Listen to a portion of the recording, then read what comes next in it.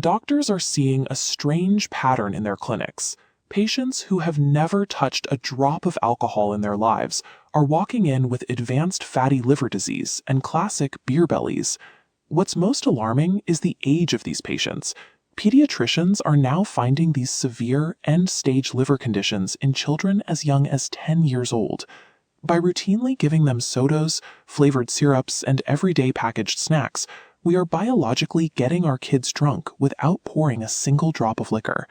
To understand how a standard soda causes a disease historically linked to severe alcoholism, we have to stop looking at calorie counts. We need to trace the exact chemical route these sugars take once they enter the human body. There are two main types of sugar we consume. The first is glucose. Glucose is the body's universal fuel. Almost every single cell in your body can absorb it directly and burn it for energy. Then there is fructose. Processed liquid fructose has only one destination. It bypasses those outer cells and heads straight for your liver. When you drink a high amount of liquid fructose, the liver is hit with a massive wave of energy that the rest of the body cannot use. It quickly becomes overwhelmed. This sensory overload triggers a process called de novo lipogenesis. With nowhere else to put the excess sugar, your liver is forced to convert it directly into fat. Because of this strict biological bottleneck, seemingly harmless liquid sugar literally causes your liver to drown in its own newly created fat, setting off severe systemic inflammation throughout your entire body. Here is the biological catch. The chemical pathway your liver uses to process liquid fructose is nearly identical to the one it uses to process ethanol. Breaking down that fructose creates the exact same toxic byproducts and the exact same oxidative stress on your cells as heavy drinking. Over the last century, we have completely normalized mass consumption of these liquid sugars. Campaigns boasting millions of daily sales have quietly embedded these metabolic stressors into our daily routines. When you compare the physical inputs to the physical outputs, downing a can of soda causes the exact same metabolic traffic jam inside your body as downing a bottle of beer.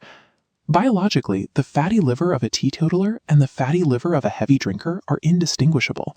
Liquid sugar acts as a highly disguised metabolic toxin. Fortunately, the liver is an incredibly resilient organ. If you provide it with the right biological environment, it is fully capable of healing itself. The first step in the liver reset protocol is eliminating all liquid sugar. That means cutting out sodas, avoiding all processed syrups, and even fruit juices entirely. Eating whole, fresh fruit is perfectly safe. The natural fiber in a whole apple slows down digestion, spacing out the sugar delivery and preventing that dangerous bottleneck in your liver. Plugging that direct liquid hit to the liver is a strict, non-negotiable requirement. The organ simply cannot begin to heal while it is still drowning. Once the flooding stops, step 2 is the choline boost. You have to introduce specific foods to initiate the liver's self-cleaning process. The most effective dietary sources for this are egg yolks and cruciferous vegetables like broccoli and cabbage. These foods are rich in choline, a nutrient that acts as a molecular escort.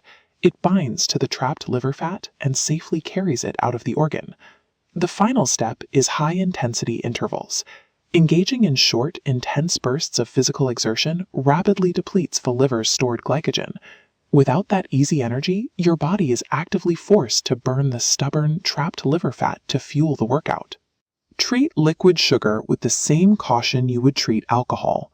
Boost your choline intake, and use intense exercise to clear the stores. You have the biological power to reverse the damage, rescue your liver, and master